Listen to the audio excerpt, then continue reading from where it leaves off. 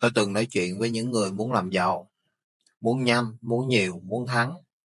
Rồi tôi nhận ra, người thật sự đáng để ngồi lại, không phải là người đang tìm cơ hội, mà là người đã từng mất như tôi. Tôi không nói chuyện với những người đang làm giàu. Tôi chỉ nói chuyện với những người đã từng giàu. Mô hình cũ đã chết. Quan hệ, vốn, bất động sản, chứng khoán, thị trường, sản xuất, nó không còn tồn tại. Tôi đã từng tin và rất tin vào những cái mình có quan hệ, mình có tiền tệ, mình có kinh tế, mình có ngoại tệ, là mình nắm chắc phần thắng trong tay. Nhưng sai rồi. Không chịu cập nhật là thua.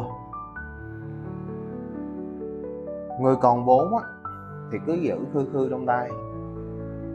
Người không có vốn thì đi xoay đầu này, xoay đầu kia, vay ngân hàng này, vay ngân hàng kia.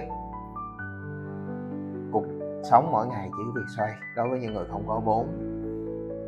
Những người có vốn như bản thân tôi và cũng như tất cả mọi người khác, tôi không dám bước ra khỏi vùng an toàn của mình. Tôi chỉ biết giữ khư khư thôi. Tôi cứ nghĩ là nó sẽ không mất đi. Nhưng khi rồi lạm phát tăng, tiền của tôi từ từ mỗi ngày nó giảm. Có một câu nói mà tôi rất tâm đắc ở chỗ, cái chết ngay lập tức nó sẽ không đáng sợ, mà cái chết từ từ chết dần chết mòn nó mới là cái chết đáng sợ. Những người nhận ra thì sẽ sống, và những người không nhận ra điều này, và cho dù có nhận ra nhưng không thay đổi, không cập nhật, thì tôi nghĩ là không sống được trong thời gian tiếp theo, trong kinh tế, trong tương lai. Tôi từng có xe, từng có nhà, từng có công ty, có cả một đội nhóm. Tôi nghĩ nó sẽ tồn tại mãi mãi, rồi nó sẽ phát triển theo thời gian. Nhưng rồi nó cũng không còn. Tôi cứ nghĩ mình giỏi, nhưng thực ra không đơn giản như thế. Rồi chỉ sau một cú sụp, chẳng còn gì. Tôi không khóc, tôi không than, tôi cũng không oán trách ai.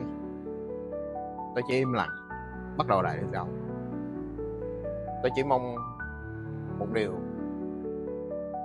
tôi bắt đầu lại, tôi sẽ không sai lầm nữa.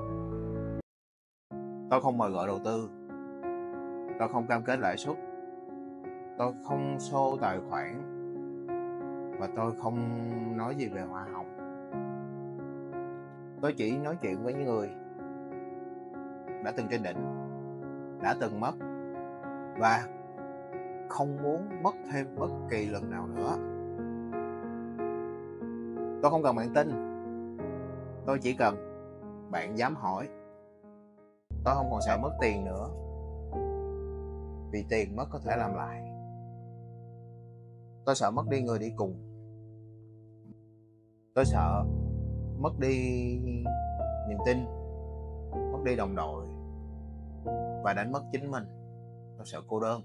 Mỗi lần mất không phải mất vì thị trường, mà mất vì mình chủ quan, mình cô đơn, không ai giữ chân, không ai là chỗ dựa cho mình đứng dậy. Tôi sợ tôi phải một mình đứng dậy sau biến cố, sau sự mất mát.